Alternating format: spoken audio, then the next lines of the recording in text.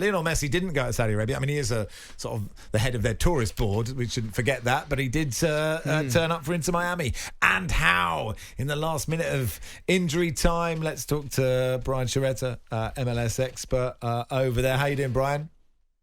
Good. Thank you very much for having me on. Total pleasure. I mean, you could script it, but it was a perfect way for him to start, wasn't it? I mean, it was unbelievable. He comes on, he plays well, and then he gets that free kick at the end and just buries it. I mean, it was you couldn't ask for a better first game for that for Lionel Messi. It's exciting, and it set a high bar for himself, but it's kind of what you expected when he came over here. Yeah, there was so much hullabaloo about this on the night, wasn't there? Lots of, I suppose, what you'd expect. Lots of celebrities at the match, and everybody wants a piece of it and a piece of him. Yeah, it reminded me of like what you think of in American sports at Laker games, where it's just the first couple rows are all movie stars. It was very similar to that. It was a place to be seen. A lot of people are watching. News cut away even to show highlights of the goal.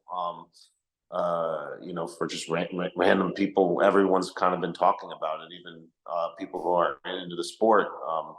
It's kind of captivated the American imagination right now in the sporting public, and it's kind of interesting to see where it goes from here. Yeah, I mean, it's sort of obviously Messi going anywhere would create so many stories, but in many ways I'm almost surprised at sort of how huge it appears to be. The number of tickets that are sold, the number of people that want to go, the impact that it's had. I don't know if that's just naive of me, but it's pretty wild, it seems, from over here, what we've seen.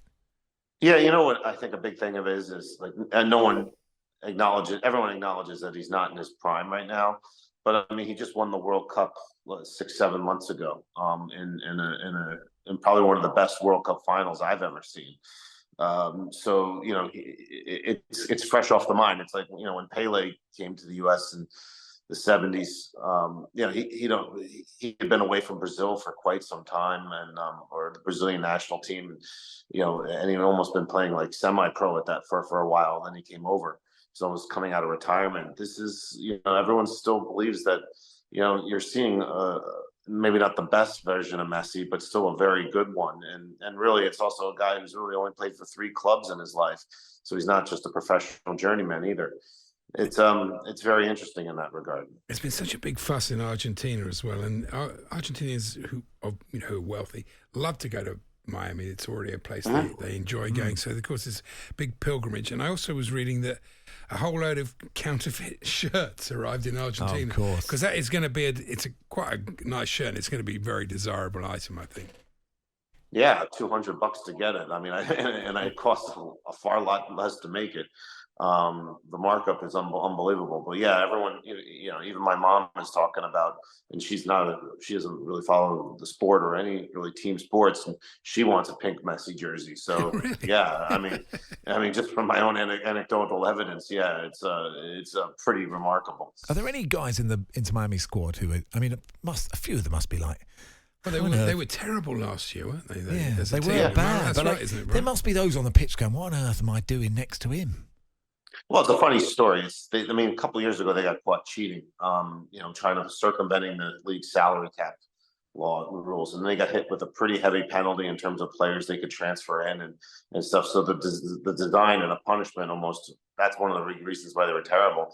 And it's just kind of funny. I think of Ben Cramashi, who Messi came in for in this game. He's born and raised in Miami to Argentine parents. He's played for both the under-20 national teams of both the United States and Argentina, and here he is coming out of the game, and Messi's coming in to take his place. It's just they're a very young side that's been struggling this year, but it's just like, what a thrill for some of these kids, and some of them are Argentine Americans with roots in both countries. It's just a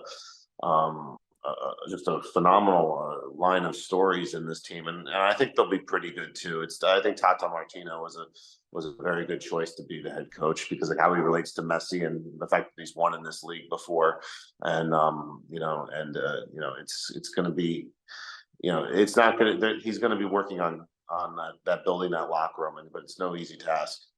This is interesting. MLS boss Don Garber feels that the arrival of Lionel Messi is proof US football is not a retirement home. And you think, well, he's 36 and he's at the end of his career. He says he could have gone anywhere, but we were able to win that race. Well, he had two choices, really, Saudi Arabia or America. I don't think he wanted to play in Europe anymore. Yeah, I mean, that's correct. It just goes back to the fact that, like, yeah, he's 36. But he's not far from his best days, or from his best accomplishments, I should say that. But, you know, look, I mean, it is a bit of an anomaly with his move coming over here.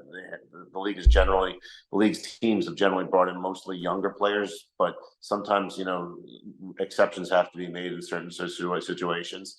But yeah, generally the bringing in of guys like Inter Miami's taking a different direction, but generally the guys of like Lampard and Pirlo and Gerrard and those kind of things, it's kind of been going by the wayside over the past 6-7 years in favor of younger players that then they can kind of develop here and then sell to Europe. You know, like Miguel Almiron. That's kind of like the path that's been taken mostly with bringing in players. Brian, thanks for coming on. Appreciate your time. Anytime, guys. Thank you. Brian Sciaretta, MLS expert. On AM, on DAB, via the talkSPORT app and on your smart speaker. talkSPORT.